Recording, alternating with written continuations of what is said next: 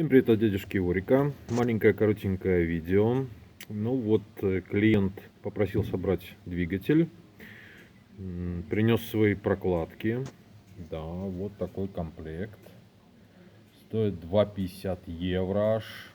Верховина, прокладка двигателя. Производитель неизвестен.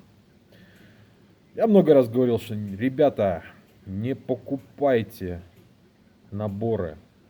Ничего хорошего в них нету. Ну, поехали. Двигатель H58.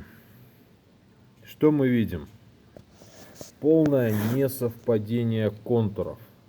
Первое. Второе. Отверстие не пробито.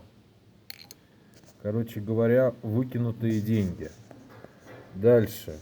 Прокладка цилиндра. Смещение. Смещение не пробито. Прокладка сцепления. Ну, как бы даже и ничего. Но с одним маленьким нюансиком вот в этом вот месте. Здесь у нас очень тонкая кромочка. Да. И как раз вот прокладка проходит ровно по торцу вот этой кромочки. То есть опять выкинутые деньги. Ну, про прокладки карбюратора я вообще молчу. Вставка туда входит со свистом, подсос воздуха. Алюминиевая прокладка в головку не становится.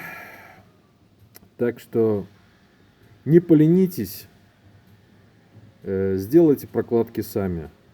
Может быть, да, это займет немножко больше времени, но не надо будет попусту тратить деньги, и, по крайней мере, все будет сделано по месту.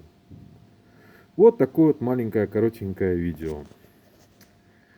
Ну все, всем пока-пока. А я пошел резать свои прокладки.